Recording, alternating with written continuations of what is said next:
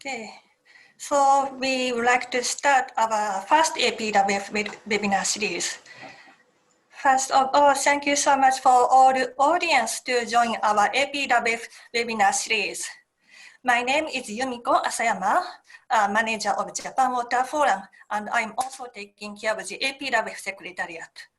Today, I would like to introduce Dr. Cecilia, Senior Research Fellow, Institute of Water Policy, Lee Kuan Yew School of Public Policy, National University of Singapore.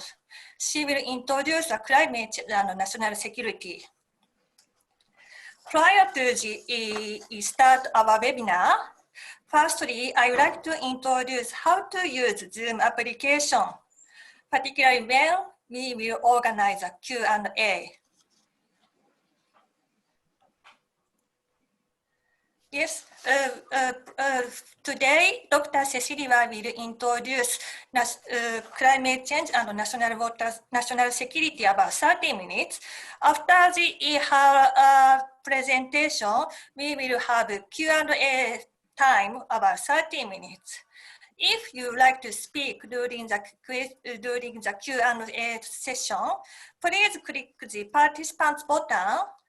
You will see the participant button in the upper right of your screen. Then click raise hand button below the participants data.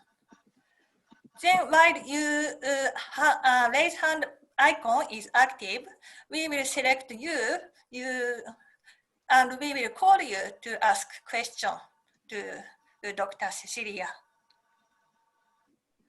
Then if during the presentation time, you can also ask question using a Q&A or chat box. We will select the question while during the time of the Q&A. So now I would like to start our webinar series. Firstly, I would like to introduce Mr. Ravi Narayanan. He is Governing Council Chair of the APWF. Ravi, thank you so much for taking the role of opening remarks. Thank you very much, everybody, and all the participants of this webinar. A big thank you for you to participate in this very important webinar. This is the first of a series, and you'll hear a little more about it later on at the end of the session. A series of webinars in advance in the run-up to the 4th Asia-Pacific Water Summit. We are holding these water summits at regular intervals of 3 or 4 years. The 4th summit was supposed to have been held this year, but because of the COVID pandemic, it's been postponed till April 2022. And these summits are designed to invite the top political leadership of all the countries of this Asia-Pacific region to participate and commit themselves to the cause of water security. A little bit about the Asia-Pacific Water Forum. The Asia-Pacific Water Forum, which is helping to organize these webinars and the summit itself in cooperation with the host government, in this case, the government of Japan. It's an independent multi-holder stakeholder network which tries to connect all the different actors and players in the water sector across the Asia-Pacific region, a region which comprises more than 60% of the world's population and of staggering diversity. And we try and organize these seminars, the summits every 3 or 4 years. This will be the 4th summit. The topic for this particular seminar to begin with is climate change and national security. Now, climate change, everyone knows, is affecting all of us, and it has serious consequences for food security, for the environment, for sea levels rising, for floods, for droughts, sudden changes, etc., etc. And who better to introduce this webinar on climate change and national security than Dr. Cecilia Tortajada, who's a scholar, a senior research fellow at the Institute of Water Policy, the Lee Kuan Yew School of Public Policy, and the National University of Singapore. She has written extensively on the issues of water security and an advisor to major international institutions like FAO, UNDP, JICA, ADB, OECD, IDRC. She's the author of many books, more than 30 books that have been translated into the languages of the Asia-Pacific region, such as Arabic, Farsi, Hindi, Japanese, Chinese, and languages such as German, French, and Spanish from the English original. So without further ado, let me invite Dr. Cecilia to take the floor and make a presentation. Dr. Cecilia. Thank you. Mr. Ravi, thank you very much for that kind introduction. And Miko, thank you very much for the invitation. So this talk, as it has been mentioned, will be on climate change and national security that, as Mr. Ravi said, we are unfortunately getting familiar with it. So one of the most important global concerns at present are climate change, potential implications, and related uncertainty. Extreme events have become development challenges of increasing importance from all points of view: economic, social, and environmental, examples of which have increased all over the world. High temperatures that result in wildfires, floods that displace thousands of people, and extended droughts that cause reservoirs to decline to record limits, constrain livelihoods, affect the economies of cities and countries, and deteriorate the environment even further.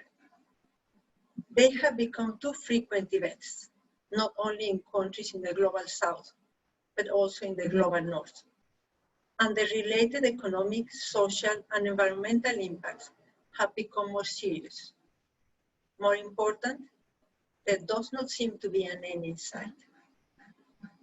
Governments and population alike wonder what the future will look like. How will the environment change? And how much we will have to adapt to the changing conditions, and whether we will be able to adapt, and what this will mean regarding quality of life. These concerns have resulted, at least in theory, in increasing attention to adaptation and mitigation strategies that still need to be implemented. These strategies are expected to potentially make the world more resilient, allowing population to at least maintain living standards. So, as we already know, the most direct impacts of climate change are increasing temperatures and fluctuations in rainfall patterns. In terms of resulting water resources, these will translate in more or less water available for all uses. Let's think on them: domestic, agriculture, livestock, energy, and back to the environment. Adaptation and mitigation strategies have to ensure that resources are conserved and that supply is maintained and even increased as necessary, even during situations of stress. So the challenge is immense. Natural events, or natural disasters as they are called now, as they affect humans, are not new. Civilizations have adapted to them throughout history. But what makes it different at present is the extent and speed of environmental change, the impacts on very large populations, and the fact that natural resources are already scarce, polluted, misallocated, mismanaged, and misgoverned. And this exacerbates the impacts of the changing climate.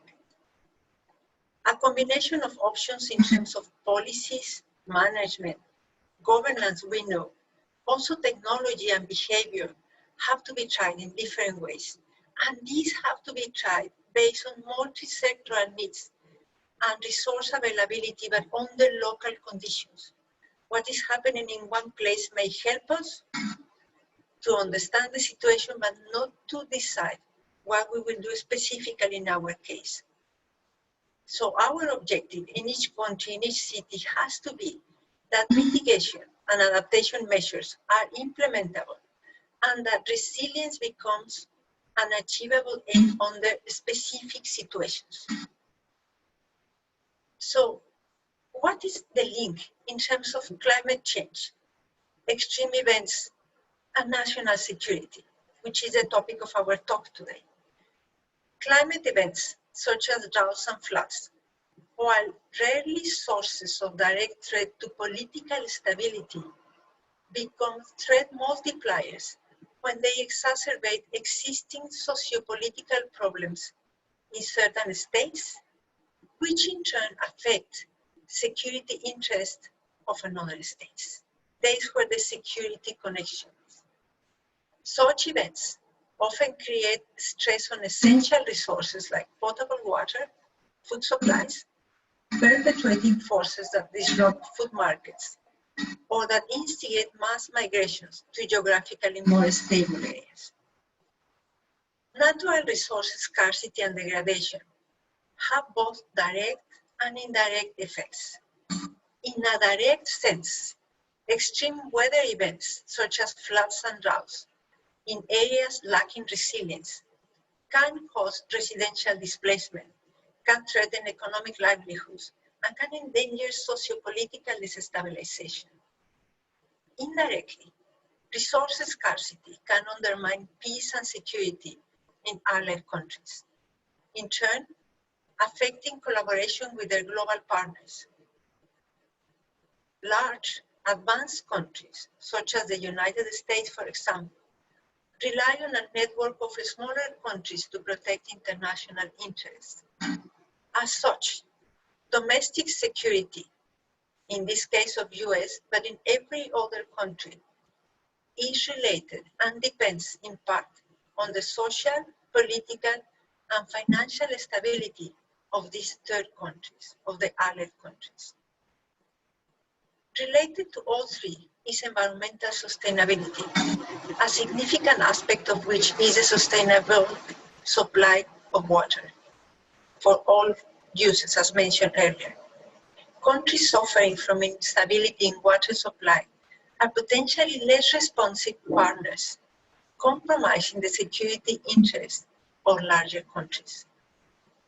According to a 2016 report by the United States National Intelligence Council, the prospect of a state failure resulting from internal water insecurity specifically will compromise their ability to help manage global security threats. This is, countries have to focus rightly on their own concerns. Now, these scenarios bring two security outcomes. First one, social unrest that turn the affected states to governments with agendas that are or can be hostile to third countries. Second, exodus of climate refugees that exacerbate the global crisis of stateless persons and places increasing pressure and obligations of countries in the global north. Both are political problems fueled by climate events and signal a salient connection between environmental stress and the international balance of power. As remarked by officials in a UN World Food Programme, without food, I quote, people do one of the next three things: revolt, migrate, or starve. When governments can no longer provide food security, states fail. In light of such threats, the United States, for example, committed in 2004 to including funds for water security as part of foreign aid, focusing on infrastructure, chlorination, and improved access to clean water. Programs to support developing countries that contribute to peace and stability have also been adopted. In 2005, it was passed the Senator Paul Simon Water for the Poor Act, which prioritized the provision of safe water, sanitation, and hygiene in foreign aid programs. The Obama administration issued a series of directives and plans channeling more government attention towards climate change. An executive order issued in 2014 addressed climate resilient international development by establishing protocols to integrate climate resilience again into aid programs. In late 2015, the administration issued a presidential memorandum establishing an organizational framework to manage climate change-related threats against national security. The United States was not the only country who had focus on climate change. The European Union was also one of the first group of countries to identify the potential effects of climate change and to develop initiatives and programs to meet its security implications. In 2008, the High Representative and the European Commission to the European Council published a report on climate change and international security that describes climate change as a key security threat. Within the European Union, several major member states have sought to disseminate a climate agenda in the global discourse on security. In early June in 2018, Germany's foreign minister published an article on climate protection as a new foreign policy imperative. Let's pay attention to this, climate protection as a new foreign policy imperative. In this article, the foreign minister announced support from the Federal Foreign Office to analyze how climate change complicates and intensifies conflicts between sovereign entities. This is part of Germany's strategy for its ongoing term as non-permanent member of the United Nations Security Council, one that rightly aims to influence the organization agenda by making climate change concerns a very important priority. Environmental issues have also been weaved into Germany's political discourse on domestic security. For example, the Human Security Series, a major forum in the annual Munich Security Conference, lists environmental security as one of its focal areas. Past agendas at the conference have also placed a particular emphasis on distributing and managing basic resources like water, foregrounding the increasing large role they will play in mitigating future conflict. Germany, of course, is not alone. In 2016, during a conference on climate change and security, fragile states, the Canadian Minister of Foreign Affairs gave a speech to communicate the far-reaching consequences of climate change in terms of security. The speech emphasized the implications of an evolving global ecology on state security and described its potential to exacerbate existing risks of conflicts over food and shelter. These sentiments echo closely the spirit of a paper on environmental change and the new security agenda, implications for Canada's security and environment, that was published in the previous decade by the International Institute for Sustainable Development. Other major international organizations have also made similar acknowledgement of the nascent connections between security and environment. In the summer of 2015, NATO published its long-term military transformation plans, articulating an urgent need to prepare for an ambiguous and rapidly changing security environment. The document recognized the potential for an exodus of environmental refugees when ecological environments undergo rapid change. It also stated that climate change was creating new zones of conflict and had remained relatively peaceful. So far. Also in 2015, a G7 report on actions on climate and fragility states identified key climate risks threatening the security and stability of the states.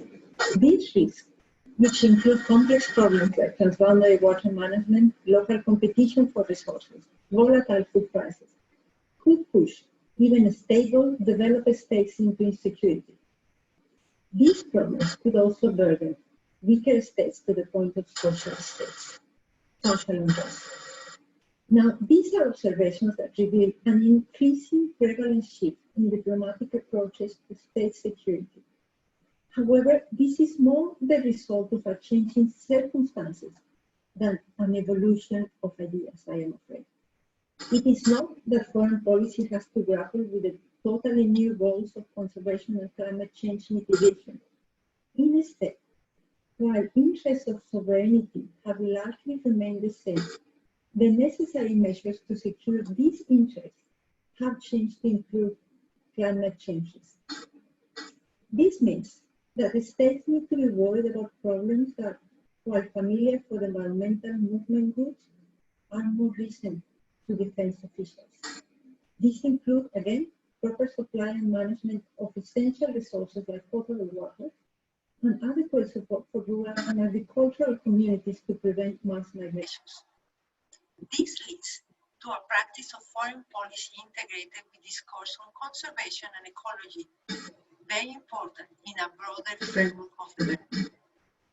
With the foreign policy in major states becoming bound to the climate security of developing regions, diplomacy in the global north requires a shift.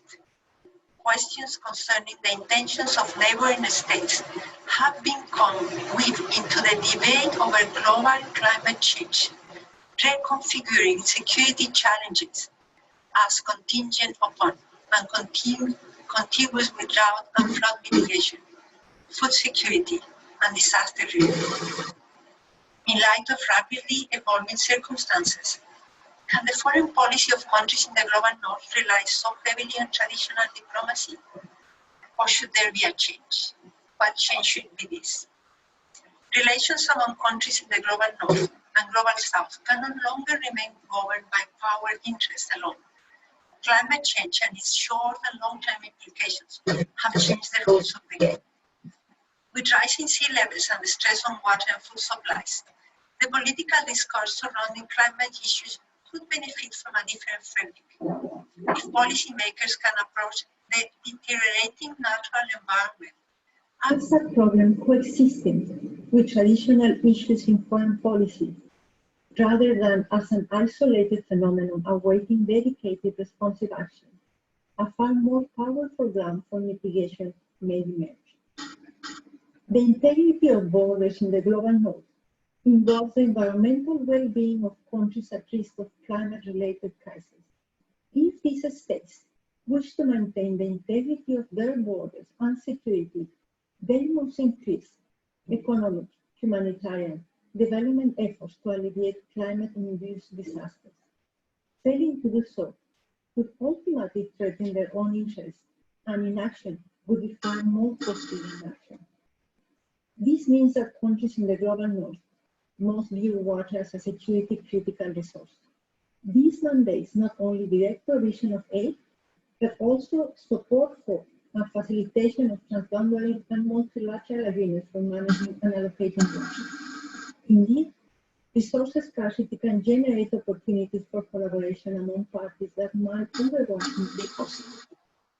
More than a decade and a half ago, in 2004, the United Nations Environment Programme argued that conceptualizing water stress in terms of conflict brings the security actors to the table, and therefore the security solutions. The American Progress, Center for American Progress in the United States, has mentioned that because the direct link between conflict and climate change is unclear, awareness of the indirect links has yet to lead to substantial and sustained action to address its security implications. For instance, to whom should awareness campaigns about global water and non-traditional security be targeted? Formal and informal institutions of countries in the global south and the global north can play an essential part in contributing towards building a collaborative approach to address resource scarcity and security risk. This includes groups of leaders, scholars, agents advocating for sustainability, studying relating threats to well-being, and developing conflict resolution mechanisms. This type of collaboration is not without precedent. For example, the Mekong Committee, a collaboration among countries like Laos, Vietnam, Thailand, Cambodia, has worked for several decades, even throughout the Vietnam-American War, even though, of course, the work was much more limited. So, a new model of governance is needed. And this new model of governance requires direct involvement of at-risk populations in policy change. 3 steps are essential for addressing the growing threat to global security caused by water risk and climate change. First, global political and development leadership should treat them with the same sense of red line urgency as refugee crisis.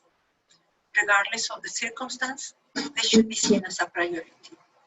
Second, Good practices in countries in both the global north and global south should be scaled up, disseminated, institutionalized with collaborative structures.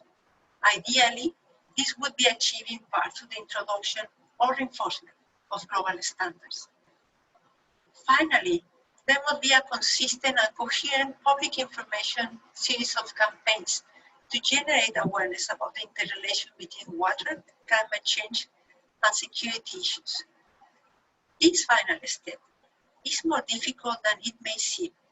Efforts to raise awareness about climate change, water security, benefit not only from the credibility of objective science, but also from highly visible and immediate impacts to which most people can relate, such as wildfires, severe droughts and flood, sea level rise.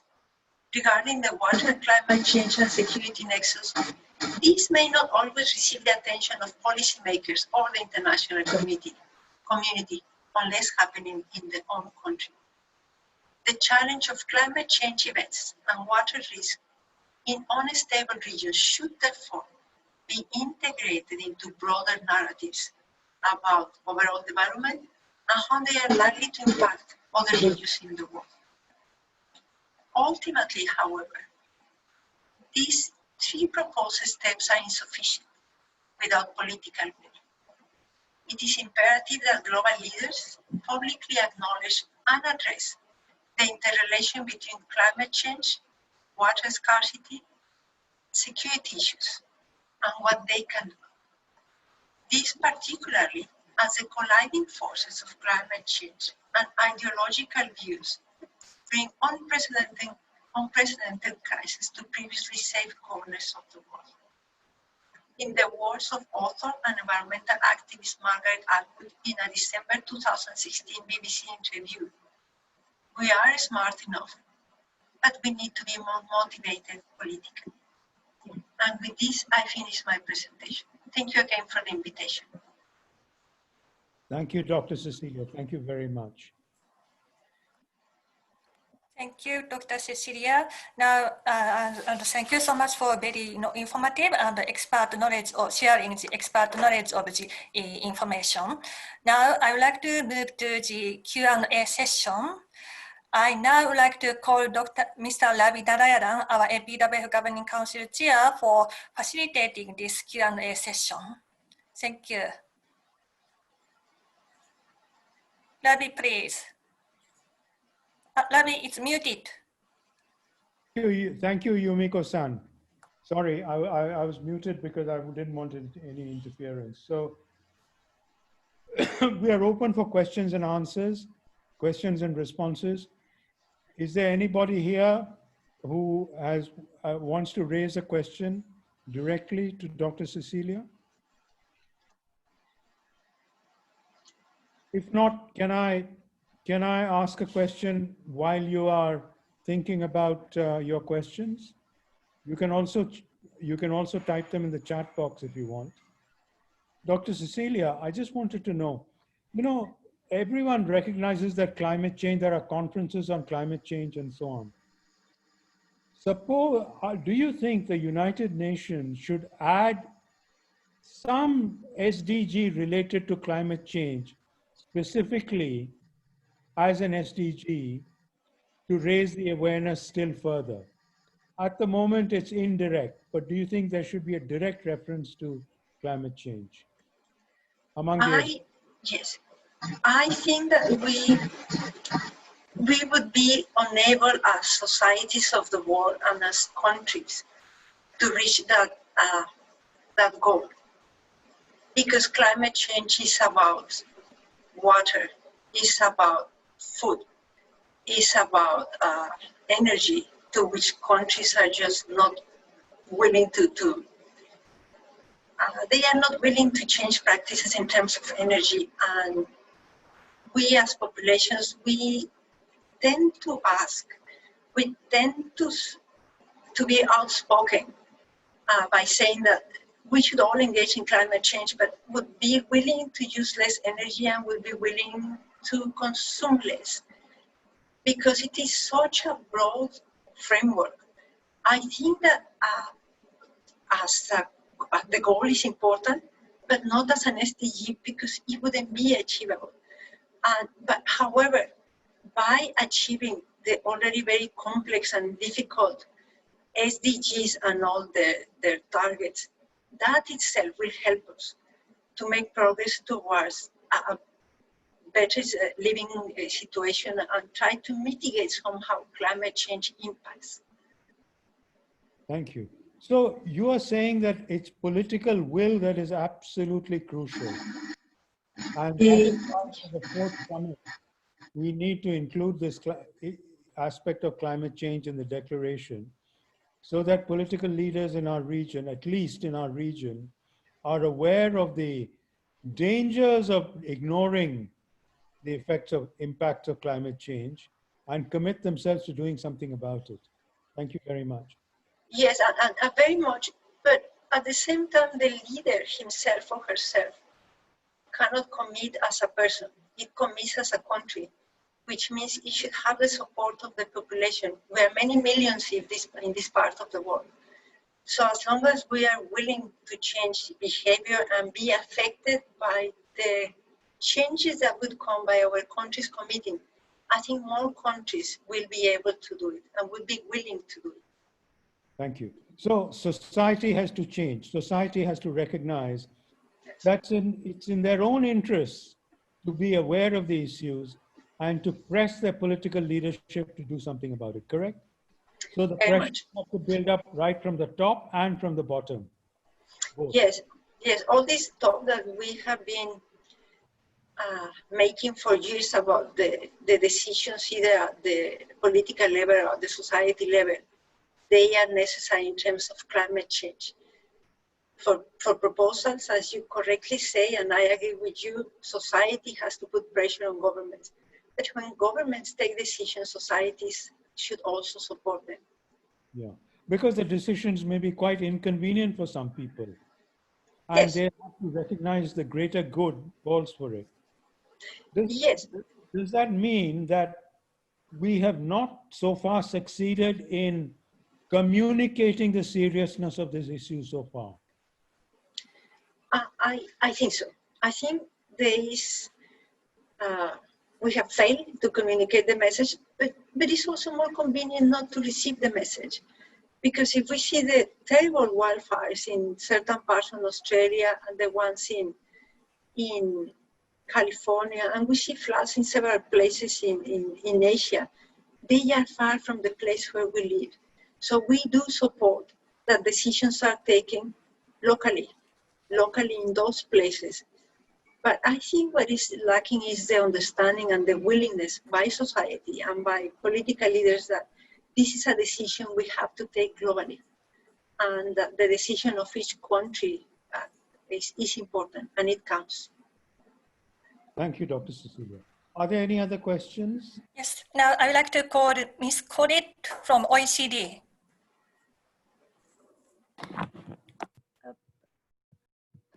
Hello, I don't think I can turn my video on, but hear you very clearly.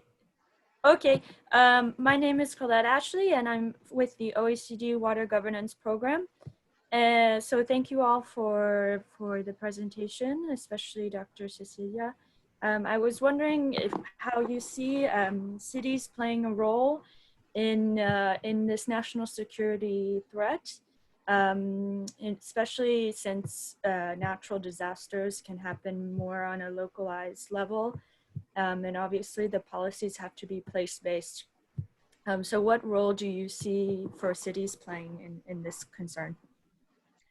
Thank you for your question, and it is very pertinent because we have to place the decision that will be taken. And if a country, a national government takes a decision, this is going to affect our cities, our rural areas, and our urban areas, because we have most of the population living in urban areas.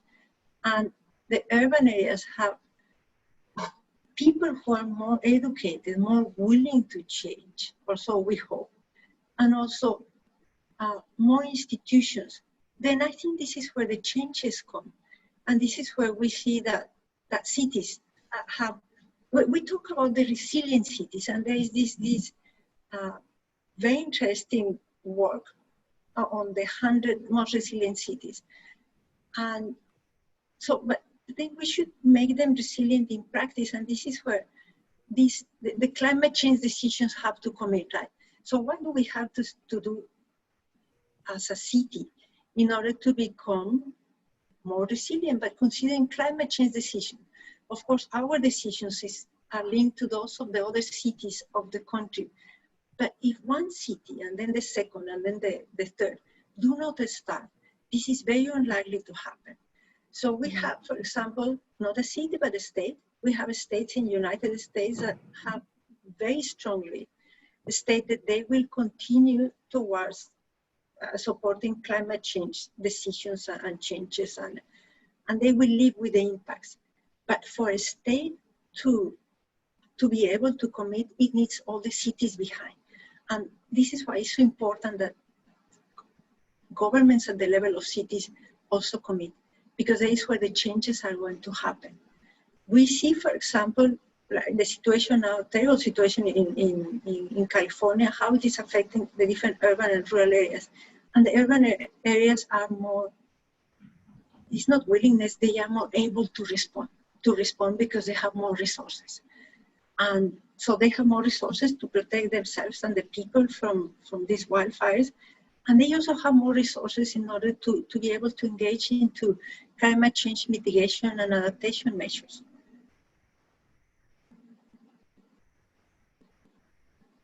Thank you. Thank you very much. Thank you. Now I'd like to call to Vadim.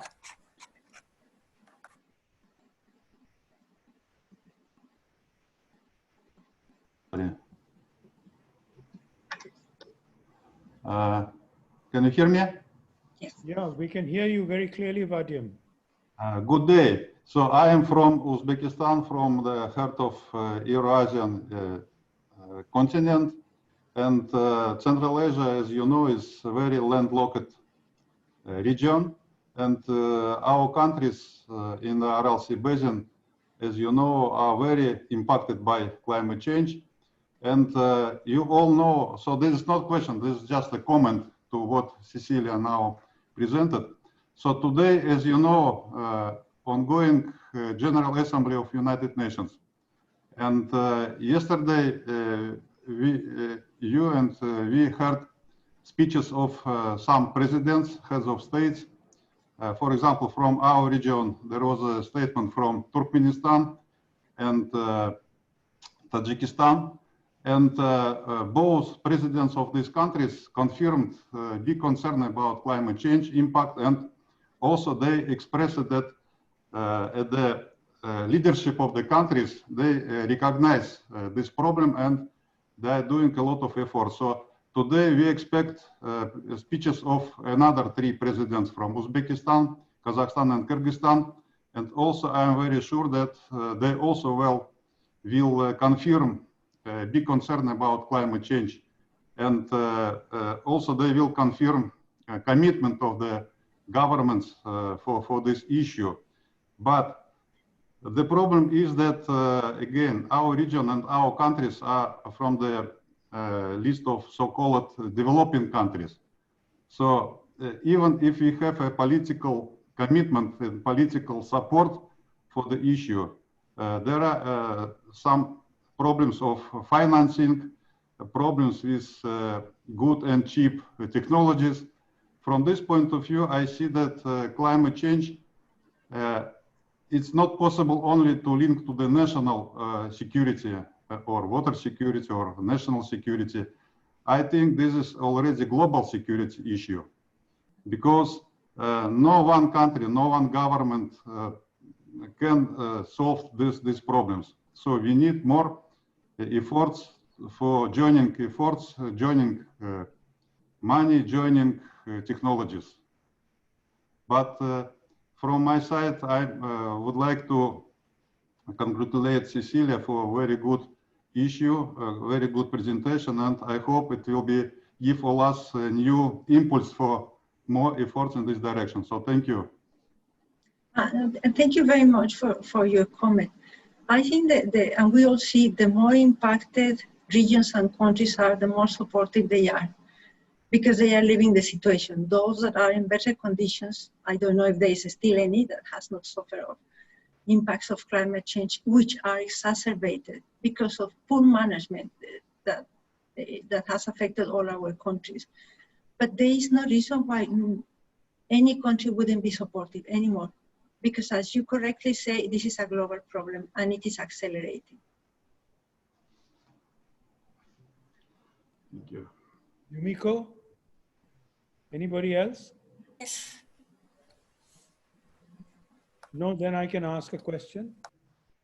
Yes, please.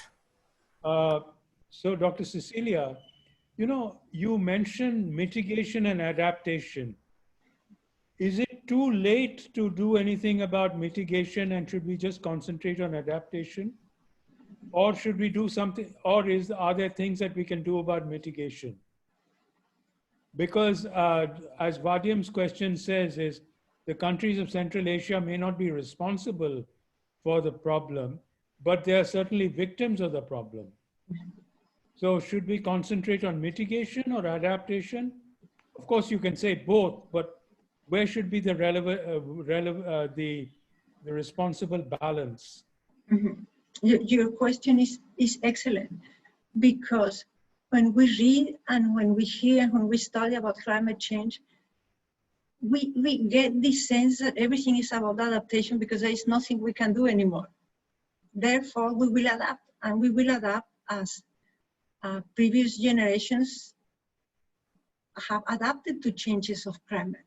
They learn to live with it or they perish. But is this all we can do?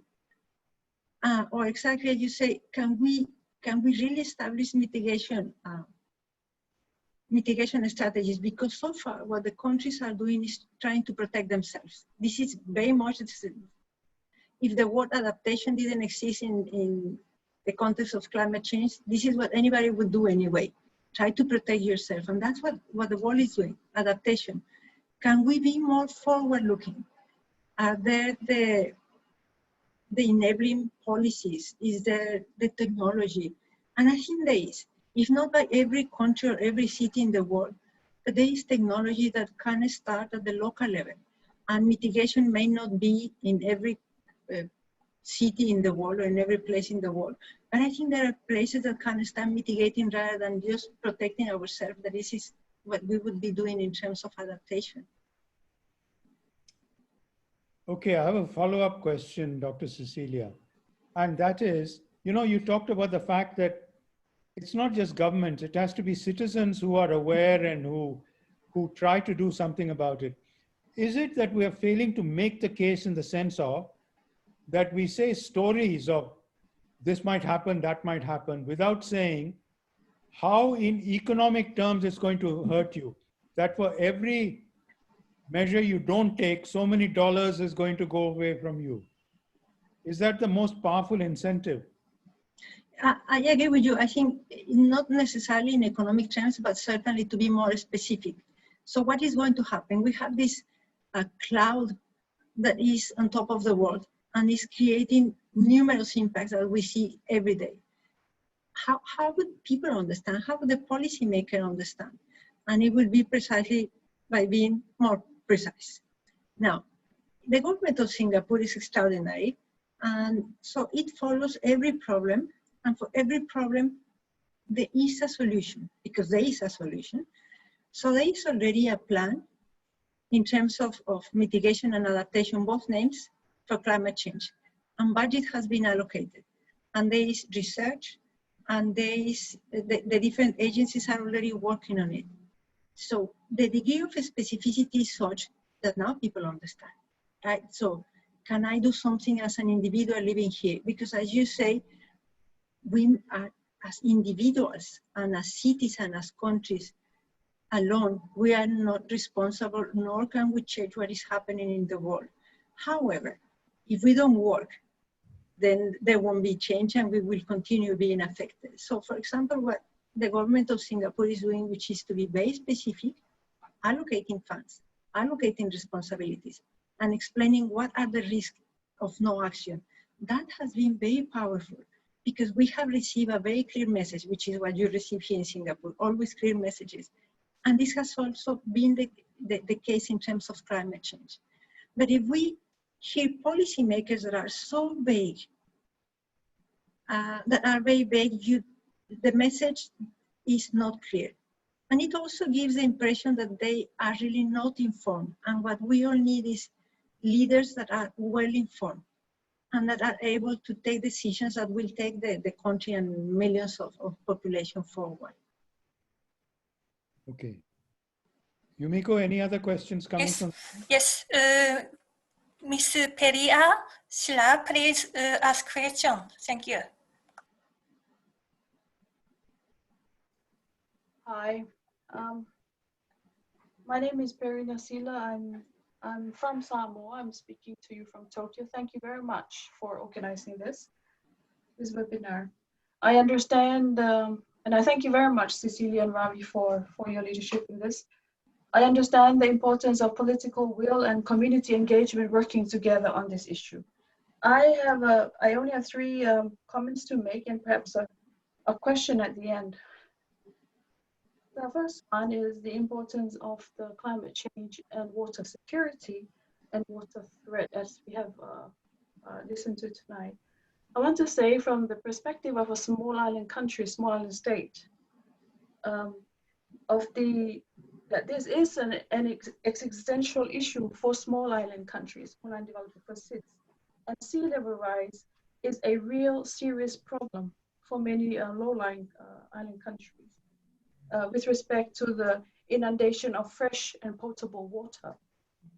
The second one is the nexus between water and renewable energy, where most of it, probably all of the SIDS, have declared their NDCs or nationally determined commitments under the Paris Agreement with regards to mitigation efforts of climate change.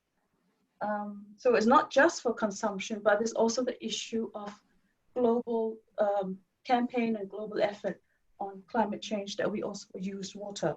And the last one is on the resilience policies. This is very important, very interesting for me to hear the discussions on resilience, and this is very, very critical. And the last one is that perhaps if some of these issues could find their way into the agenda of the Water Forum and perhaps into the declaration thereafter, so that they will continue to generate global awareness and global discussions and the narrative for future. Thank you. Thank you. Thank you very much for your comments. And it is my personal opinion, because these changes we are living are in the context of development, of socioeconomic development, quality of life, livelihoods. Then yes, I think it should be in the Declaration of Water, but it should be in every declaration, because it's about development and it affects our lives and the lives of the future generations. For many years, we have been using in the academic world and in the development world, that of the developing agency, we have been using the word of sustainability in a very, we have not respected the word enough. And we have been playing with these words about the future generations. However, with climate change, it is, we see that this is a fact. It is, these are impacts that are affecting the generations that exist at present and the future ones, and they will live in a different world. So our concern is basically to maintain livelihood to a certain level for us, and it's not about having, if we go from the rhetorical part, this is about practice, and this is of very serious concern, because the world is changing and we don't know how to live with these changes. So the more awareness, I agree with you completely, the more awareness we bring, but awareness in practice. This means that population, you don't have to change your mobile phone every time there is a new model. You don't have to wear and throw so many blouses and shirts, because it's not necessary. You don't have to consume in that way. So it's basically a change of habits. Yes, more awareness, but awareness in practice. And we have been listening for such a long time on these words that have become theoretical that we don't listen to them anymore. So like Mr. Ravi says, can we make it more specific? on how this is going to affect us economically or socially, but how it's going to affect us. And then we will be able to see the importance of change from our side. Yumiko, any other question? Because I have a follow-up question for Dr. Cecilia. Okay, so I would like to ask Mr. Hassan, who asked question in Q&A box. Can you ask question directly to Cecilia?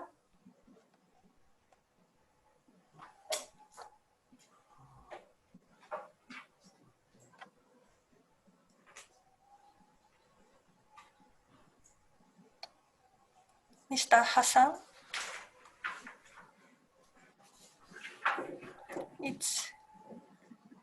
It's muted, so can you unmute it?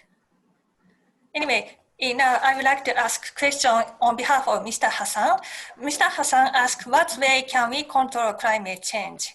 Dr. Cecilia, can you respond to the question from Mr. Hassan? Yes, of course, and that would be, thank you to Mr. Hassan for the question, and to you, Yumiko, for reading it. There is no way to control climate change. That's why we talk about mitigation and adaptation. If we want, can we stop the changes? No, we can't. And that's not said by me, that is said by IPCC and the number of scientists working on this. Do we want to have less impacts? Then we need change. But can we control it? No, I think there is already agreement in the world. There is no control for climate change. Dr. Cecilia, can I ask you a question? Of course. You talked about the question of awareness, that all of us can do something, or at least need to do something as a gesture or as a practical measure. Do we need to change our whole educational system to have a revolution in education so that the younger generation is aware of this issue from kindergarten upwards, not kindergarten perhaps, but at least from high school upwards, so that they commit themselves to focus on this issue as they go forward in life? I think the education is important, but it's not enough, because for many years on different very relevant topics, very relevant issues, it has been said this has to become part of the curriculum so that the children are aware, become aware. But then the children grow up, and when they grow up, they don't care. So we have all these generations of people who have been educated in primary school, and when it comes a moment to take a decision, they take the unsustainable decision. In practice, we have seen in the world, because of COVID-19, that now part of the litter is gloves and face masks. Why do they end up in the floor? We talk about all the plastic, and the plastic is excellent, that is called the attention and the imagination of the world, but it's not the only type of waste. So do we need education? Of course. Do we need more than education? Yes. I think that it is about knowing the impact in change. And of course, it has to be that we care, because we can have the information and still not to care.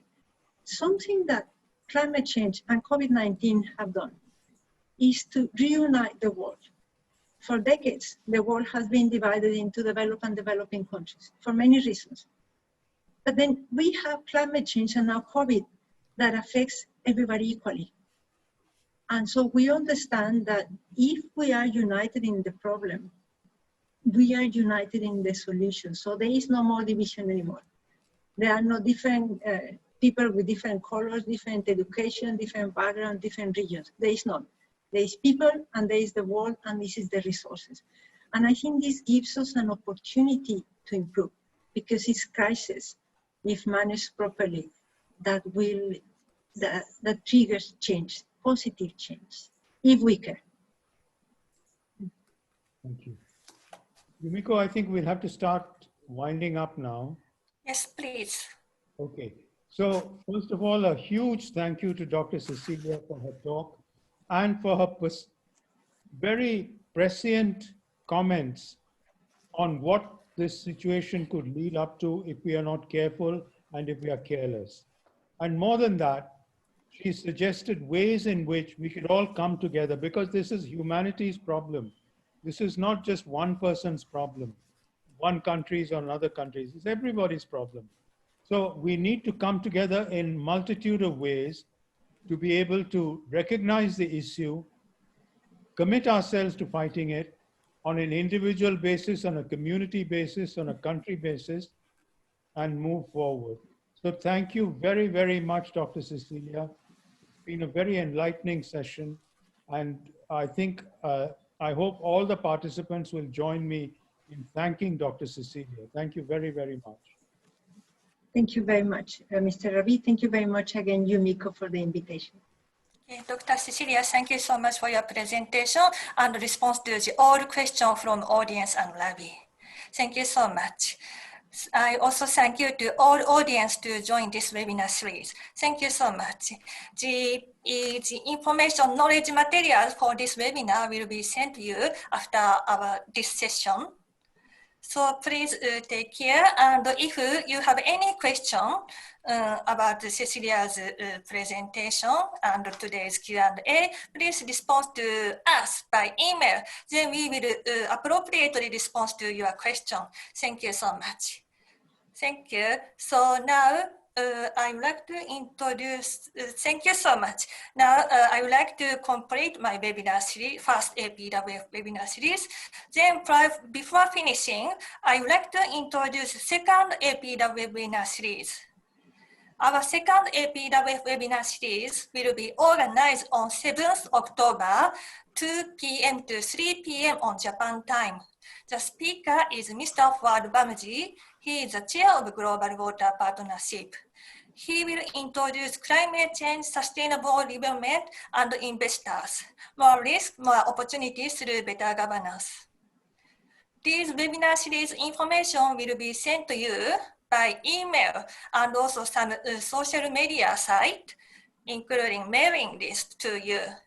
If you have any question or contact, please contact us, APWF Secretariat. Thank you so much. I hope you can continuously join our APWF webinar series. I thank you so much for all the audience to join this webinar series. Thank you so much. Thank you, Cecilia and Ravi. Thank you. Okay, everybody, we are at the end of the session. Thank you all very much for participation. I hope you found it useful. We'll see you again on the 7th of October, hopefully. Bye-bye. Bye-bye. Bye. Thank you.